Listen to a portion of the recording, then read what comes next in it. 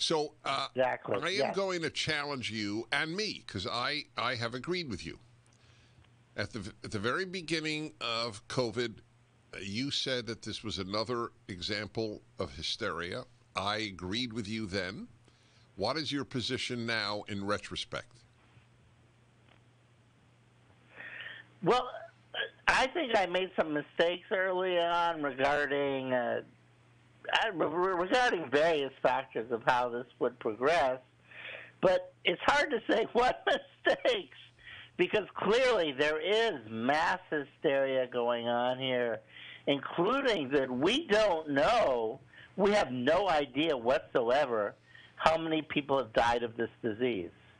An Italian study found that 99% of so-called COVID deaths were with COVID, not of COVID. That is to say, there were other cofactors that could have been responsible, which is to say that if you take something like 500,000 people have died worldwide, the actual number could be as low as 5,000 worldwide.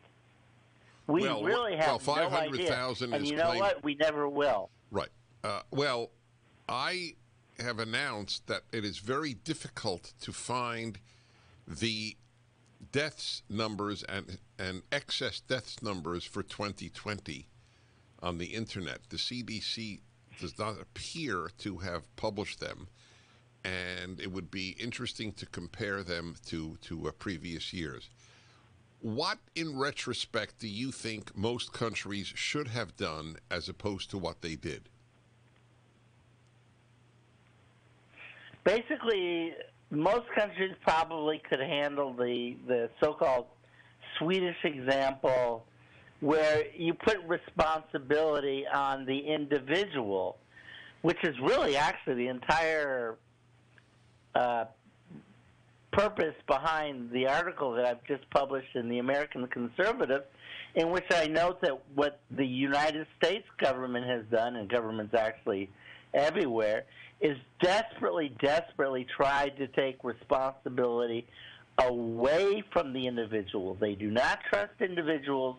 They only trust heavy-handed government actions, which actually goes so far as to fit the Marxist dialectic of the so-called dictatorship of the proletariat.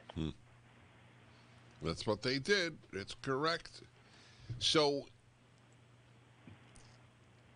in practicality, that would mean the government would say, look, if you are of a certain age, and especially if you have a certain set of comorbidities, you should do X. But if you are young and if you are healthy, then go about your life normally. Is that essentially what you think would be the best advice?